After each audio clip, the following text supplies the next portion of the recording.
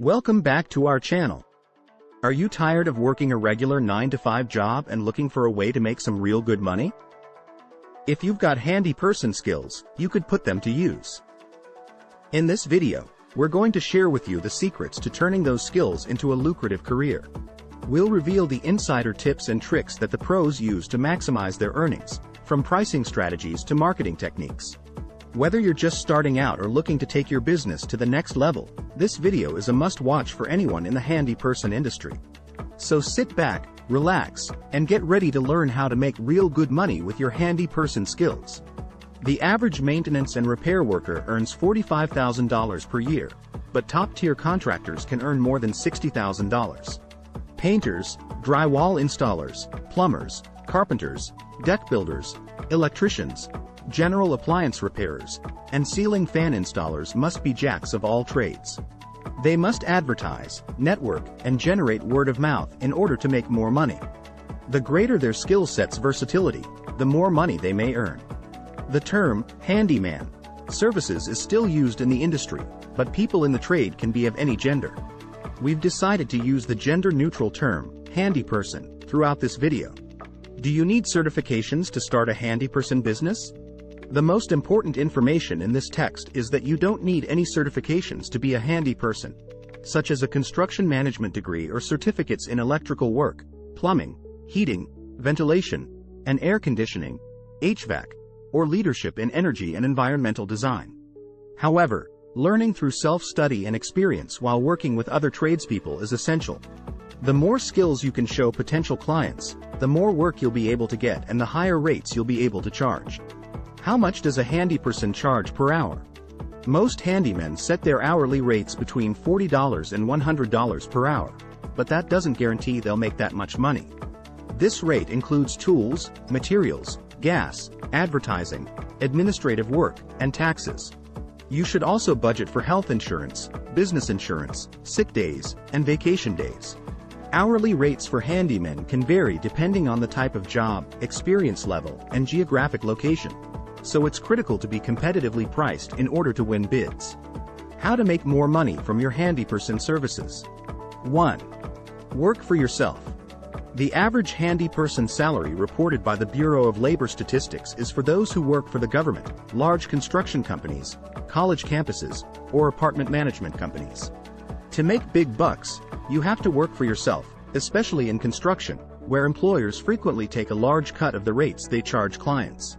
Starting a small business has its own set of costs, such as seed money and ongoing costs as a business owner.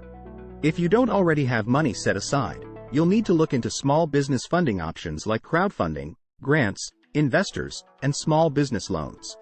2. Start off with a side hustle. The most important information in this text is that 45% of working Americans have a side hustle, and you can start by offering handyman services to friends, family, neighbors, and social media acquaintances. Maintain low prices and offer your services outside of your regular working hours. Make a website to advertise your services and treat your side hustle as if it were a legitimate business. You can go full-time once you've generated enough business and money. 3. Charge the right rate for professional service. The most important information in this text is that clients are hiring you to work inside their homes for a few hours or a few days, and they are likely to pay more for services they know they can rely on. You can charge a higher rate than someone who doesn't take their business as seriously if you return calls promptly, are professional, and always show up on time. However, if you're worth more, don't be afraid to charge more. Certified plumbers and electricians can charge more because they are certified, but they must keep their prices competitive with yours. 4. Find the right clients.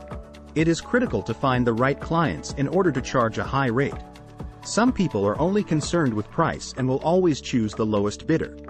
To be a top earner, you must have the professionalism and skills to back up your higher rates. Clients willing to pay more may request references from previous clients, which can highlight your professional qualities as well as the value of your service. Successful bids necessitate getting to know the client, which can take 30 minutes to an hour. If you establish a rapport with the customer and gain their trust during the initial consultation, they will find it difficult to turn you down, even if your price is not the lowest bid. 5. Invest in yourself and network with other contractors. To raise their rates and get more work, handymen should seek training. They should look for courses or network with other contractors to learn about their trades.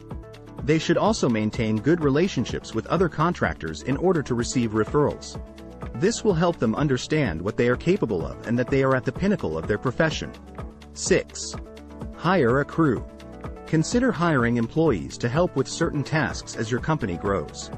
This will allow you to spend more time on other projects, advertising, and growing your business. The more employees you have, the more money you will be able to make.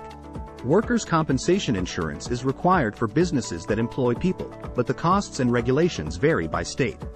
The challenges of self-employment. Being a self-employed handyperson can be rewarding, but rising to the top of the field is neither quick nor easy. There is a lengthy ramp-up period as you gain clients, and there are numerous upfront investments required for long-term success.